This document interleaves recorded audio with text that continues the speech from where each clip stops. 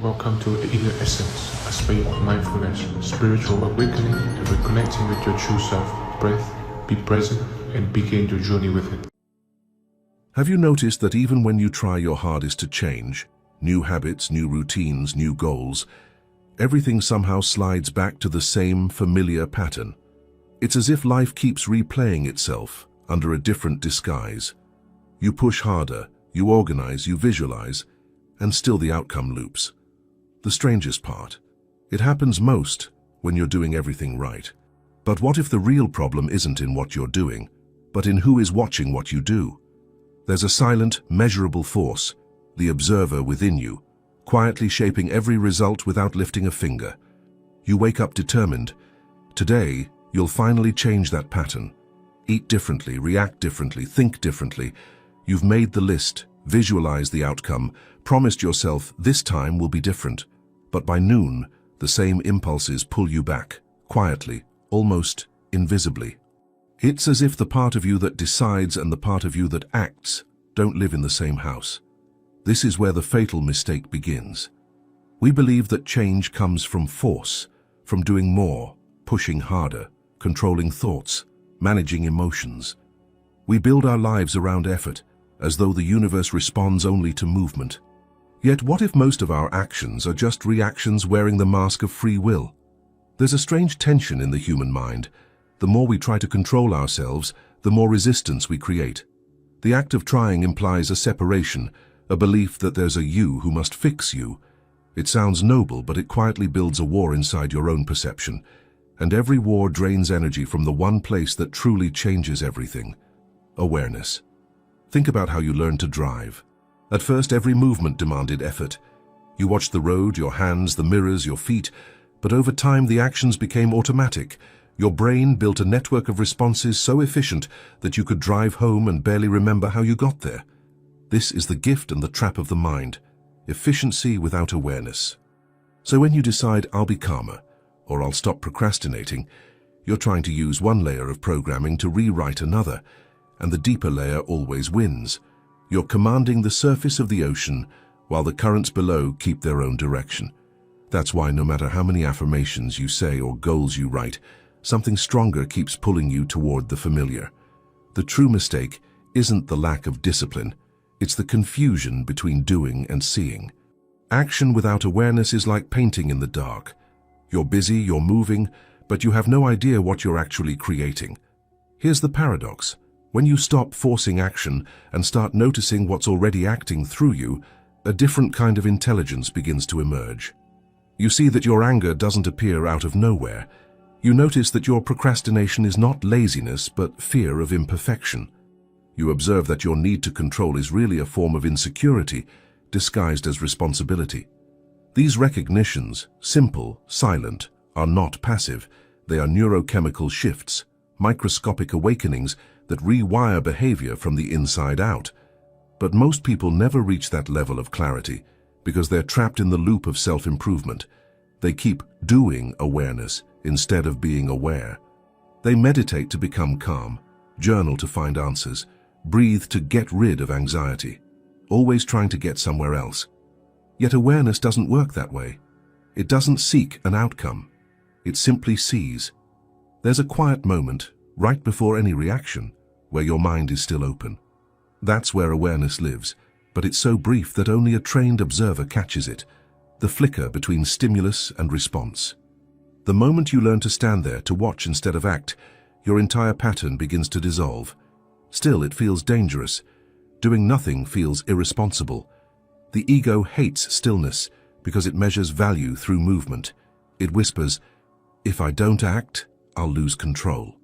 But the irony is that the more you try to control, the less control you have, because control is rooted in fear, and fear distorts perception. So the next time you feel the urge to fix yourself, pause. Notice the energy of that urge. Where does it begin in your body? Is it tightness in the chest, pressure in the head, a restless impulse to move? That's awareness meeting the machinery of habit. You don't need to change it, just witness it. This is the first fracture in the illusion that doing equals changing. It's also the doorway to something most people never explore: the invisible power that shapes behavior without effort. Because once you see how attention itself rewires reality, you begin to understand that observation isn't passive. It's the very mechanism through which transformation happens.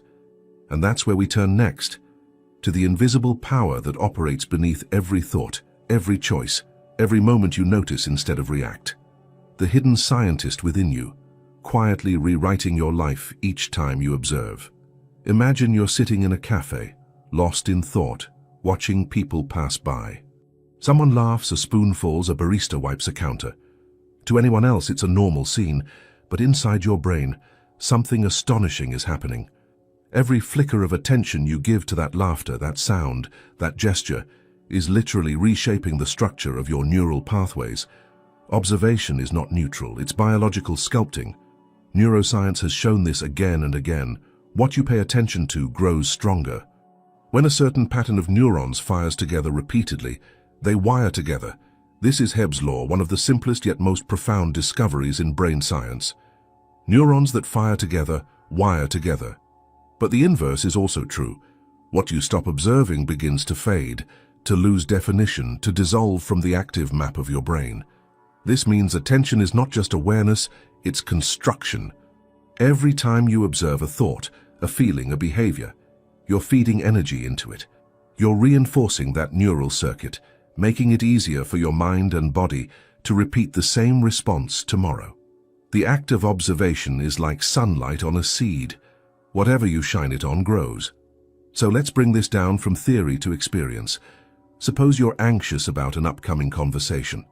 You start rehearsing what could go wrong, what the other person might say, how you'll respond. You think you're preparing, but you're actually rehearsing anxiety. Each mental image, each what-if, strengthens the neural network associated with fear and uncertainty. Your brain doesn't distinguish between imagined and real experience. It just responds to what you observe. This is why you can't escape certain emotional cycles by willpower alone. You can't outthink a circuit that's constantly being reinforced by your own attention.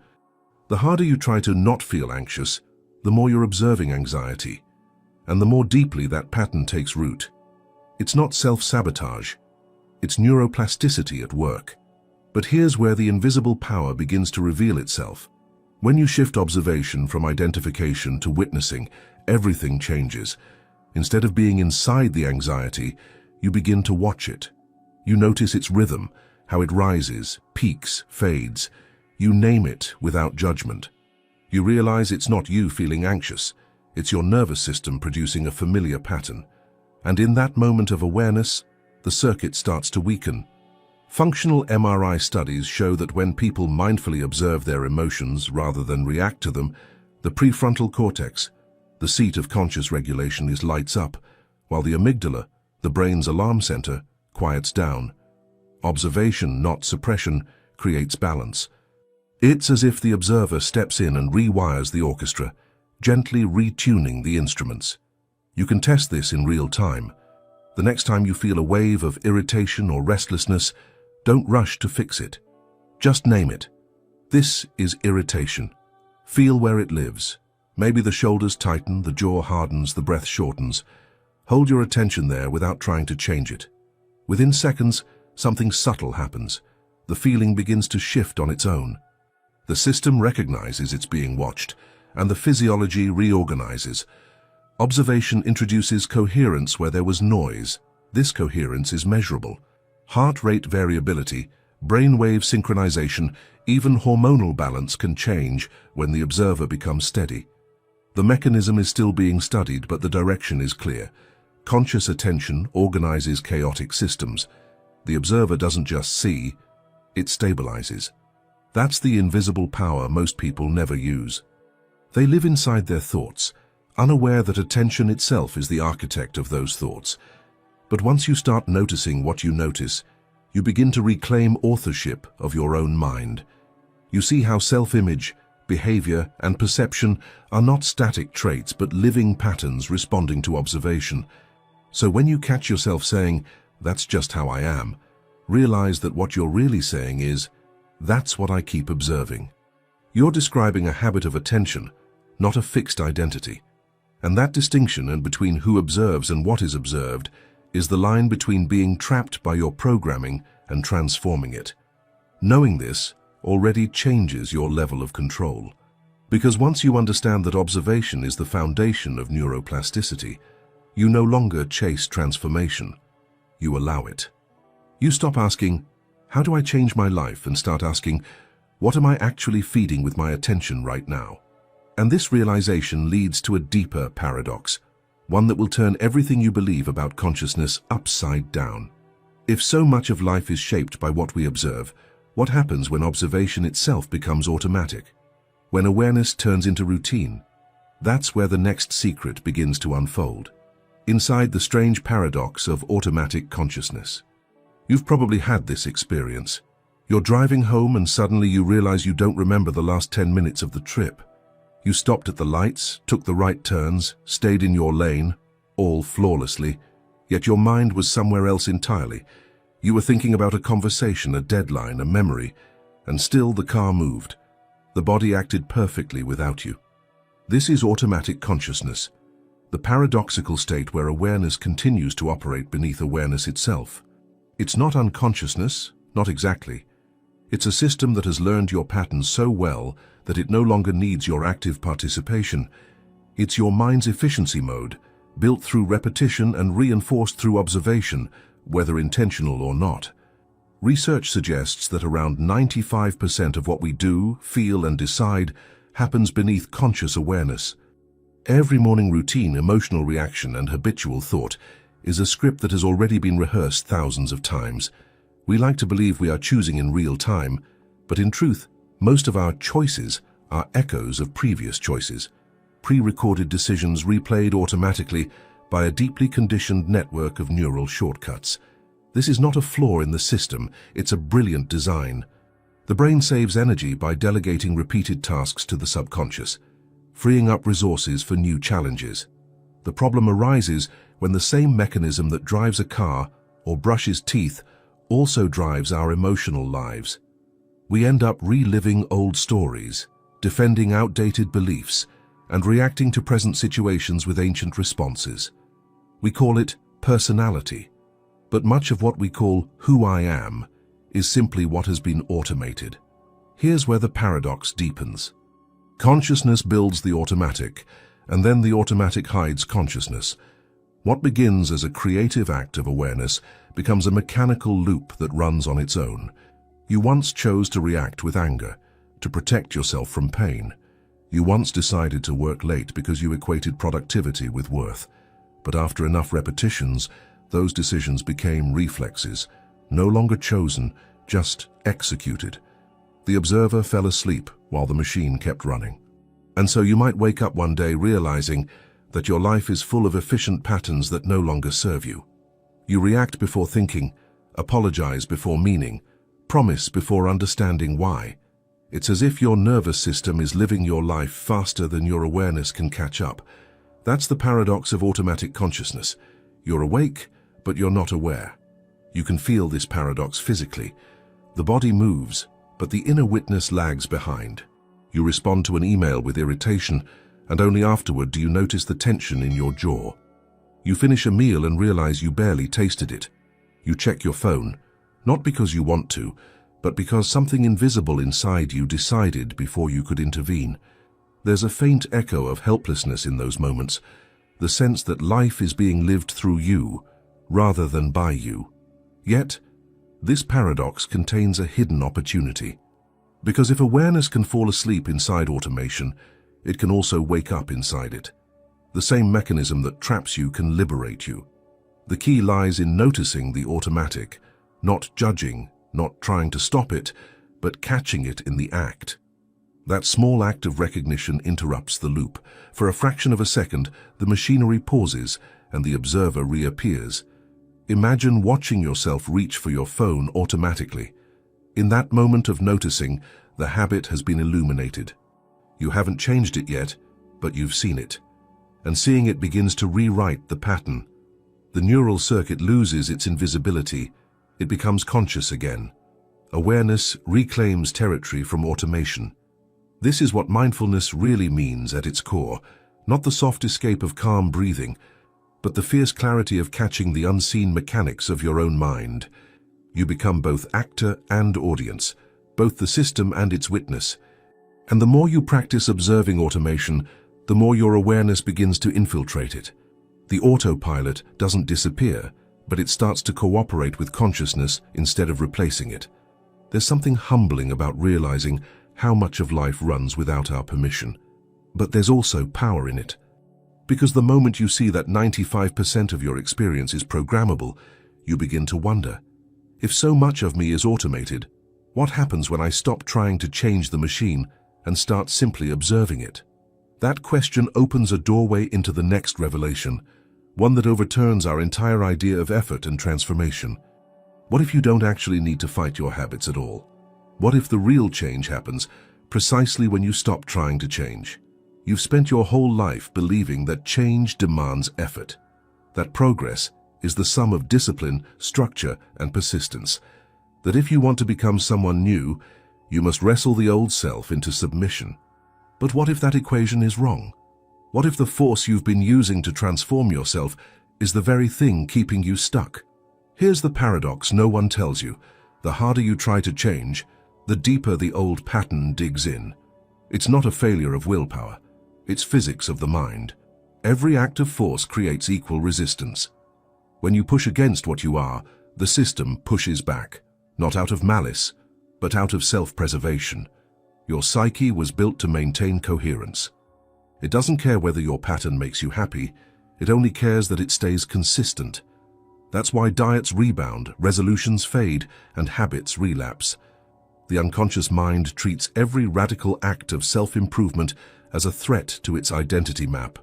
You say, "I'm going to become disciplined," and it hears, "I'm trying to erase who I am." So it fights back with subtle precision, distraction, fatigue, rationalization, forgetfulness. You think you're sabotaging yourself, but really, the system is defending its coherence.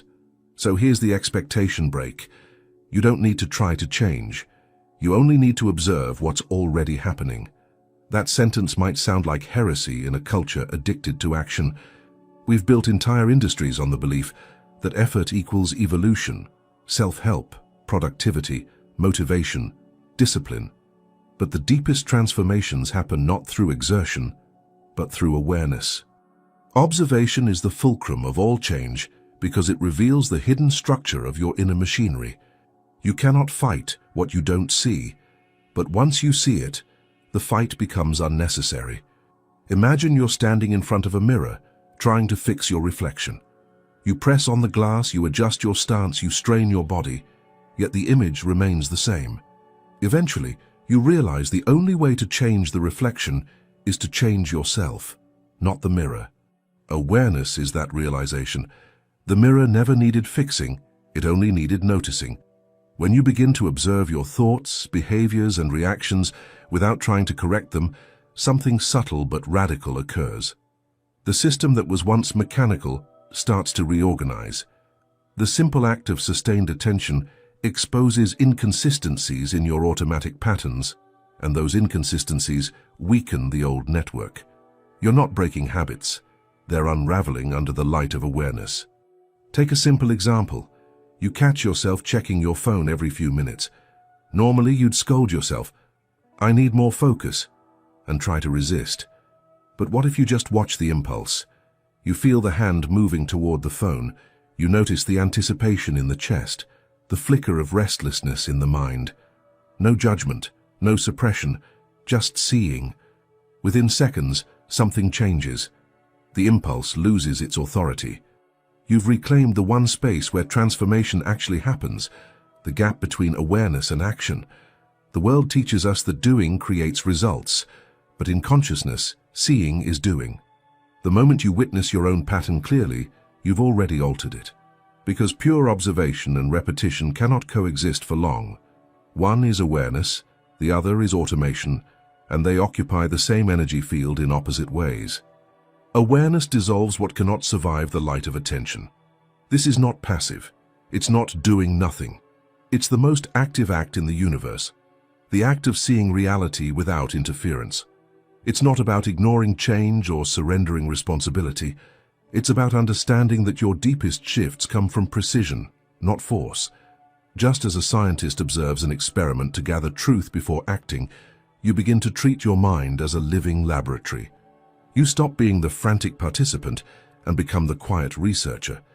And as you observe more often, something fascinating begins to happen. The intensity of self-conflict decreases. You stop oscillating between motivation and guilt. You stop chasing better versions of yourself because you start to sense that awareness itself is evolution. Not the fantasy of becoming, but the practice of perceiving. So, the first plot twist is not a trick of words, it's an unveiling of mechanics.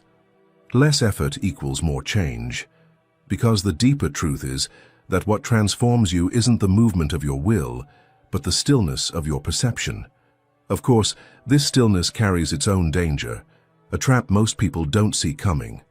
Observation itself can become distorted, fragmented, chaotic, and when that happens, the silent power that frees you can turn into the very thing that binds you. The next step is to look directly at that danger, the peril of a distracted observer. Observation is the quiet engine of transformation, but like any force of nature, it has a shadow side. The same attention that can realign your inner world can also fragment it if scattered, diluted, or hijacked by noise. The observer is powerful only when it's coherent. When awareness is fractured, it turns from compass to storm. We live in the age of divided perception. Every moment, something is fighting for your attention. Notifications, opinions, images, microbursts of stimulation that fracture your focus into smaller and smaller shards. You think you're aware, but what you're really doing is surfing fragments of awareness, never staying anywhere long enough to see truth form. It's like trying to understand the ocean by staring at one wave for half a second before turning away. The distracted observer is not an absent one. It's worse, it's an observer that believes it's watching while actually being carried away. You scroll through your thoughts the way you scroll through a feed, glancing, judging, skipping, reacting. You mistake motion for mindfulness. You call it multitasking, but it's actually multi-escaping. A constant avoidance of sustained contact with your own mind. And here's the danger. What you observe, you strengthen. So when your observation is chaotic, your life becomes chaotic. The brain learns by association. Every time you flicker from one stimulus to another, your neural networks rehearse fragmentation. The result is an inner world that mirrors the same flickering instability, thoughts that won't settle, emotions that change shape too fast to decode, decisions that dissolve before they solidify. There's an experiment in cognitive science called the attentional blink. When two images flash before your eyes in rapid succession, you often miss the second one entirely. Your brain, overloaded, can't register both. Modern life has turned the attentional blink into a lifestyle. We're missing half of our inner experience simply because our observation window keeps blinking shut. When this happens, awareness loses its depth. Instead of perceiving layers, you perceive surfaces. You feel something but can't locate its source. You want clarity, but get noise. And then you mistake the noise for your identity. I'm anxious, I'm unfocused, I can't meditate. But the truth is, your consciousness is simply overstimulated. Not broken, just scattered. The distracted observer is also easily deceived. When attention is fragmented, it can no longer distinguish between what's real and what's reaction. You begin to mistake opinions for truth, emotions for evidence, impulses for intuition. You end up reacting to the echo of your perception rather than to reality itself. In that feedback loop, even genuine awareness becomes counterfeit. It feels like insight, but it's actually just stimulation disguised as meaning. So how do you escape this trap? You don't force focus, that only adds more tension. You notice the fragmentation. You become aware of the very state of being distracted. If you can catch the moment your mind jumps from one thing to another, that noticing is already coherence returning. It's not about concentration, it's about contact. You don't grab your awareness, you invite it back. Try this for 1 minute. Look at something ordinary. Your hand, a glass of water, the sound of air conditioning. Don't analyze it, just stay with it gently. Feel how the attention tries to flee after a few seconds. A thought about tomorrow, an itch, a memory. That movement of escape is the distraction you're trying to understand. Watching it without judgment is how coherence begins to rebuild. Over time, this quiet discipline creates a different rhythm in the brain. Neural synchrony increases, emotional noise decreases. You start to sense the difference between observation that sees and observation that consumes. The first opens clarity, the second feeds chaos. And in that subtle discernment lies freedom, the ability to stay present long enough for transformation to take root. The real enemy of awakening isn't ignorance, it's dispersion. A scattered observer can't perceive cause and effect. It can't see how small inner choices ripple outward into physical outcomes. But the moment you stabilize observation, patterns that once seemed mysterious become visible. You start to recognize how reality itself bends around the quality of your attention. Now pause for a second. Ask yourself, how scattered have I been today? Not to judge, but to see. Awareness begins exactly there, with that quiet honesty. And if this reflection struck something real in you, take a moment to anchor it. Hit like as a tiny act of coherence, a conscious gesture saying, I notice this. And in the comments, write one word that describes what your attention feels like right now. Foggy, sharp, restless, anchored, whatever it is. Naming the state of your awareness is how the observer wakes up. Because once you name it, you can begin to work with it. And that's where the next revelation unfolds. How the observer doesn't just see your life, but silently reprograms it from within. If you could look inside your brain in the very moment you become aware of yourself, truly aware, you would witness an invisible revolution. Tiny electrical storms would begin shifting direction. Silent chemical messengers would change routes. Neurons that once fired in fixed patterns would start hesitating, searching for new partners. This is neuroplasticity in its purest form, the nervous system rewriting its own script, not through effort or repetition, but through observation itself. We often think of neuroplasticity as the result of doing, practicing an instrument, learning a language, exercising, meditating. And while repetition strengthens the neural circuits of any skill, there's another layer far more subtle and powerful, the layer of conscious observation. When you watch a mental or emotional pattern with sustained awareness, you activate the very regions of the brain responsible for self-regulation, empathy, and learning. The prefrontal cortex begins to coordinate with the limbic system, creating a bridge between your ancient impulses and your higher intelligence. What's fascinating is that this bridge doesn't require physical action to form. You can literally reprogram your brain by watching it work. The act of observing thought, emotion, or sensation triggers the same networks that would be used to change them through behavior. But now, instead of brute force, the transformation happens through coherence, the alignment of neural activity toward clarity rather than reaction. Let's make this concrete. Imagine you're feeling the onset of anger. Normally, you might express it, suppress it, or redirect it. All those responses reinforce the same circuitry. They're forms of reaction. But when you simply observe anger, when you say inwardly, anger is arising, you've shifted from being inside the circuit to seeing it from outside. That shift of vantage point changes brain activation immediately. Blood flow moves away from the amygdala, the brain's alarm system, and toward the prefrontal cortex, which governs reflection and choice. In measurable terms, awareness itself begins to deactivate reactivity. Neuroscientist Richard Davidson calls this the mindfulness feedback loop. The more you witness an emotion without judgment, the faster the brain learns to calm itself.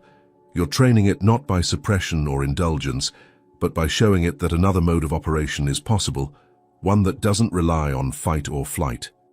Over time, the baseline activity of stress circuits decreases, while networks related to compassion and resilience strengthen. It's as though awareness acts like a tuning fork placed inside the nervous system. Wherever you place it, in the middle of thought, pain, craving, fear, the surrounding frequencies start to align with its tone. Observation introduces order where there was randomness, rhythm where there was noise. You don't do the reprogramming. The nervous system does it for you when you stop interfering. But this process requires sincerity, not technique. If you observe with an agenda, if you're secretly trying to fix or eliminate what you're watching, the old circuits stay active. The brain senses resistance and defends its pattern. Observation works only when it's pure, when you allow what's there to be there, long enough for the system to see itself clearly. That clarity is what dissolves the pattern, not force. We can even see this in micro moments of daily life. You might notice your shoulders tighten during a meeting. Instead of stretching them immediately, you just watch the tension. You notice how the breath shortens, how the stomach subtly contracts. After a few seconds of sustained awareness, the muscles begin to release on their own.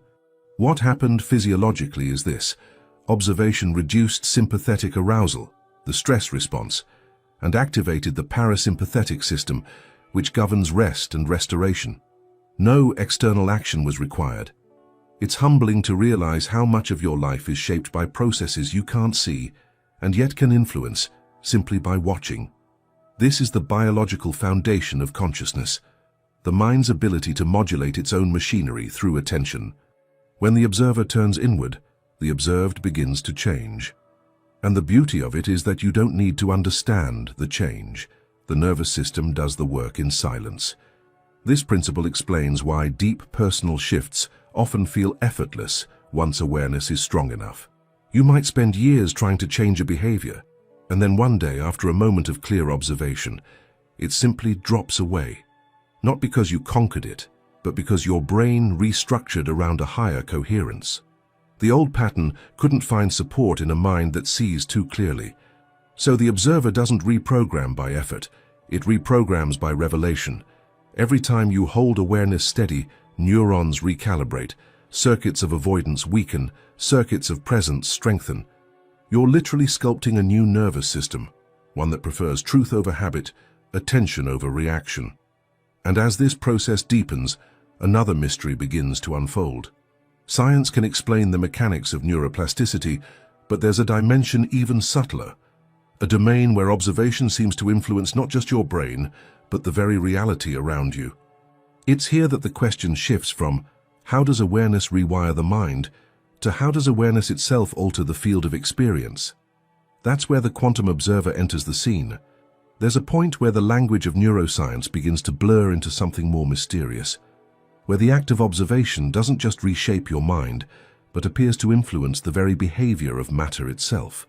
For more than a century, physicists have wrestled with this unsettling fact. The universe behaves differently when it is being observed. In the early 20th century, experiments like the double-slit test revealed something no one expected. When electrons were fired through two slits toward a detection screen, they behaved like waves, spreading out, interfering, creating a pattern of probability. But the moment someone measured which slit an electron passed through, the pattern collapsed into particles. The act of observation changed the outcome. It was as though nature refused to reveal her full dance unless someone was watching, and watching altered the choreography. This isn't pseudoscience or mystical exaggeration, it's the foundation of quantum mechanics. The observer effect doesn't mean your thoughts create reality in a magical way, but it does mean that observation is woven into the fabric of how reality manifests. Every measurement, every act of defining, limits a field of possibilities into one concrete event. The observer, in a very real sense, participates in the creation of what is seen. Now imagine scaling that principle back down to the intimate field of your own life. You too live in a quantum field of probabilities, countless possible behaviors, emotions, and outcomes coexisting until one becomes real through attention. Every time you observe yourself, you collapse a range of possibilities into a chosen expression. Observation determines manifestation. The science may sound abstract, but the experience is profoundly personal. Consider the way attention works in the brain. Before you focus on something, multiple neural networks compete for dominance. Fragments of thought, sensation, memory. But once you direct awareness, the brain collapses these potentials into a single coherent state. One network wins, one reality crystallizes. On a biological scale, your neurons are doing what electrons do in the quantum field, responding to observation by choosing form. This means your perception isn't just a lens, it's a generator. The way you observe a moment literally defines its structure. If you look at a conversation through the lens of defensiveness, You collapse the potential for understanding into conflict. If you observe the same moment through curiosity, you collapse it into connection. The external event might be identical, but your attention determines which version of reality you inhabit. Even quantum theorists like John Wheeler propose that the universe is participatory, that reality doesn't exist fully formed, waiting to be discovered, but evolves through interaction with the observer. Wheeler called it the delayed choice experiment. Depending on whether observation occurs before or after a photon's path, its past behavior appears to change. The implications are staggering. Observation doesn't just influence the present, it can rewrite the apparent past of a system. Now translate that insight into the psychology of your own story. Every time you observe a memory from a higher state of awareness, you alter your relationship with it. You change not the event itself, but its emotional and neurological encoding. In other words, by observing differently, you rewire the past's influence on the present. What used to be a wound becomes wisdom. What was once shame becomes neutrality. Observation travels backward through time, changing the narrative you live by. This is why healing at its deepest level feels less like conquering pain and more like seeing it clearly for the first time. You're not changing history, you're changing your participation in it. The observer inside you, the one that sees without resistance, is the quantum participant, collapsing an old reality and allowing a new one to form. Modern physics still debates the true nature of the observer effect. Some argue that consciousness is essential to it, others see it as a limitation of measurement tools. But what's undeniable is that reality, at its smallest scales, refuses to exist independently of interaction. And that's the bridge between science and awareness. Both show that perception is not passive. You are not a spectator of existence. You are a co-author, a participant in the equation that gives reality its structure. Every observation, every moment of seeing without judgment, is a measurement that alters probability. You can't stand outside the universe because your awareness is part of its very code. And this leads to an even subtler truth.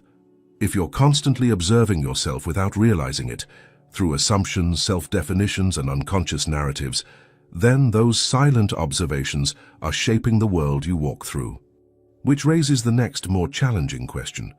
What happens when you've been observing yourself all along, but from the wrong angle? There's a silent mirror that follows you everywhere. Not the one on your wall, but the one built into your perception.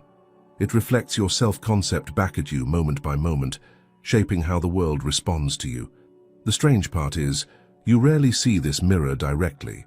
You move through life believing you're reacting to reality, but in truth you're reacting to the reflection of how you've been unconsciously observing yourself. Every person carries an invisible image of who they think they are. It's not made of words or logic. It's a set of sensations, micro-thoughts, and emotional tones that loop beneath awareness. When you say, "I'm not good with people," or "I always mess things up," that's not just a belief. It's an ongoing act of self-observation, a constant automatic witnessing of yourself as limited. And because attention reinforces what it touches, that subtle observation becomes the architecture of your reality. You don't even need to repeat it consciously. The loop does the work for you.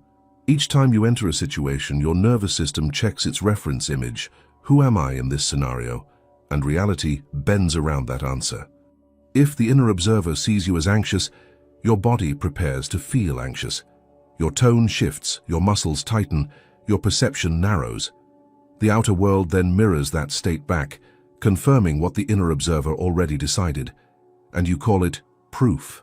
This is the hidden loop, the self observing itself into being. It's a feedback circuit between perception and identity. The observer watches, the watched responds, and both reinforce each other until the pattern feels like truth. But what we call truth in daily life is often just repetition, the same signal bouncing between your inner and outer worlds until it feels inevitable. Think about a moment when you expected rejection. Maybe before a conversation, a job interview, or even a date. That expectation was not just a thought. It was a lens of self-observation shaping every micro-action. You unconsciously adjusted your voice, your posture, your eye contact. You sent signals of unease that the other person picked up on. They responded subtly. Maybe they hesitated or looked away, and your brain registered it as confirmation. See, I knew it. But what if you had observed yourself differently in that moment? Not as someone who might be rejected, but as someone simply watching an interaction unfold. The physical cues, the emotional tone, even your perception of the other person would have changed. Because the observer defines the experience before the mind ever interprets it. Neuroscience offers a glimpse into this hidden loop. Studies on predictive processing show that the brain doesn't passively receive information from the world. It predicts it. It constantly generates models of what it expects to see and then filters reality to fit those predictions. Most of what you perceive isn't raw data. It's your brain confirming its own story. In other words, you're not just observing the world, and you're observing your expectations of it. And those expectations are drawn directly from how you've been observing yourself. The same is true for emotional identity. When you unconsciously label yourself, I'm a calm person, I'm unlucky, I'm a perfectionist, your nervous system starts maintaining the chemistry to match that description. Hormones, neurotransmitters, posture, tone of voice, all adapt to uphold that image. You're not stuck because life is stubborn. You're stuck because your self-observer is consistent. But awareness of the loop changes everything. The moment you see that you've been observing yourself into the same outcome, you introduce a new observer, a higher vantage point. It's like stepping out of the mirror and watching the reflection watch you. Suddenly the identification softens. You begin to sense that your self-image is not solid, just rehearsed. That's where inner freedom begins. Not by building a better self-image, but by realizing you were never the image at all. You were the observer that kept watching it repeat. And once that awareness stabilizes, even slightly, the feedback loop begins to dissolve. The same way a dream fades when you recognize it as a dream, the self-observation patterns start losing their power when they're seen clearly.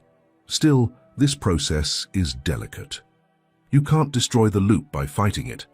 That just creates another layer of observation, another identity watching the old one. The key is gentle clarity, catching yourself mid-pattern and seeing the mechanism with neutrality. The more often you do this, the more the system reorganizes itself. You don't replace old beliefs with new affirmations, you simply stop feeding them with unconscious observation.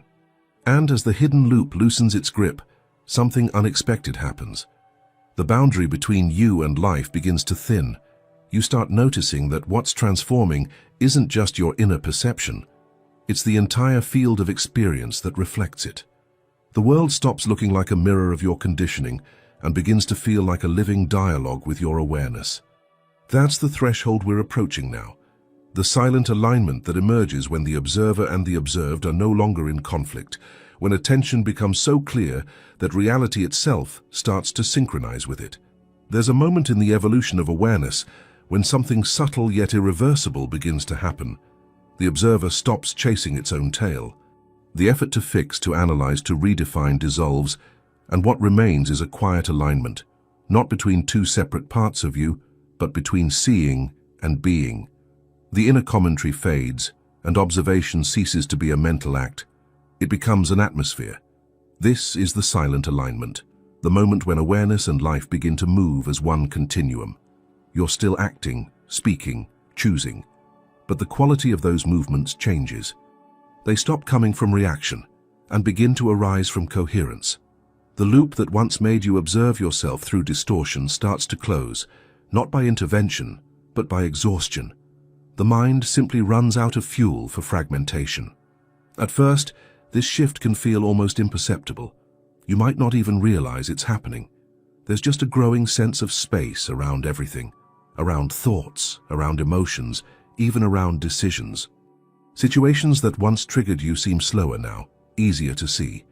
It's not because the world has softened, it's because you're no longer tangled in your own observation. The observer has become transparent. Neuroscience would call this a state of high neural coherence. Brainwave patterns synchronize, heart rhythms stabilize, hormonal signals align. It's not mystical, it's mechanical. The nervous system thrives on order, and awareness introduces order wherever it's sustained. When perception stops oscillating between judgment and defense, the body stops oscillating too. The entire system begins to hum in one tone, like an orchestra tuning itself after years of dissonance. In this state, attention no longer clings to details or anxiously scans for threats. It widens, it breathes. The prefrontal cortex and limbic system, the centers of reflection and emotion, begin to operate in synchrony.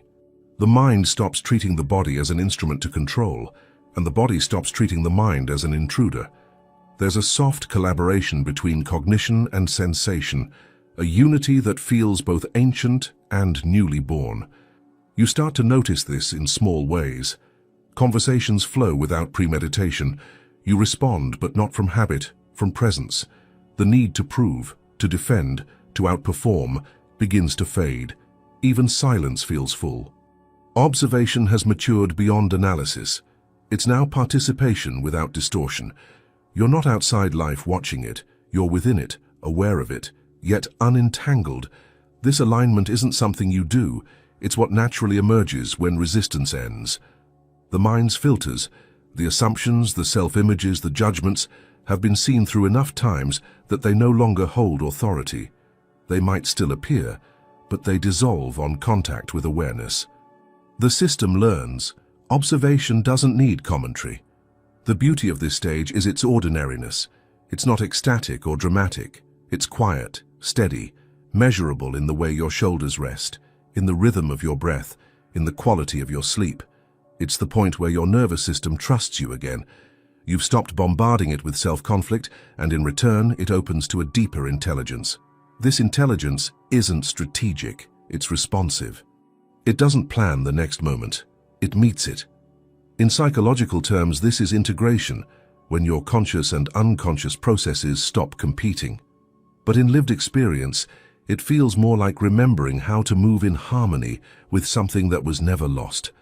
The direct pulse of reality itself. The observer doesn't vanish, it merges. Awareness and experience become a single event unfolding. You can see this alignment in nature. A tree doesn't try to align with sunlight, it simply turns toward it. Its movement is an act of observation, a constant conversation with light. The same principle governs human consciousness. The more your awareness turns toward reality without resistance, the more your life grows in the direction of coherence. And this alignment doesn't erase individuality, it refines it. Your preferences remain, your personality remains, but they're no longer driven by insecurity or defense. You speak when words are needed, you pause when they aren't, and each action feels proportionate to the moment. The old friction, the inner noise of shoulds and musts, begins to dissolve. In this silent clarity, life becomes astonishingly simple. The observer, once a restless analyst, becomes an open window. Everything moves through you, thoughts, sensations, people, choices, but nothing sticks. The field is clear, so the movement of life is clear. And because clarity has replaced control, the world begins to mirror that clarity back to you. Circumstances, relationships, timing, all begin to reflect the coherence of your inner field. That's the closing of the loop, when the observer no longer distorts what it sees. Awareness returns to its original state, not as a tool, but as a condition of existence. You realize that what transforms you isn't a process, but a remembering. And yet, there's one more revelation waiting, a deeper inversion that ties everything together. Because if it's true that observation changes reality, then what happens when you stop even trying to observe consciously? When awareness itself becomes so natural that it no longer belongs to you at all? Here's the part no one expects.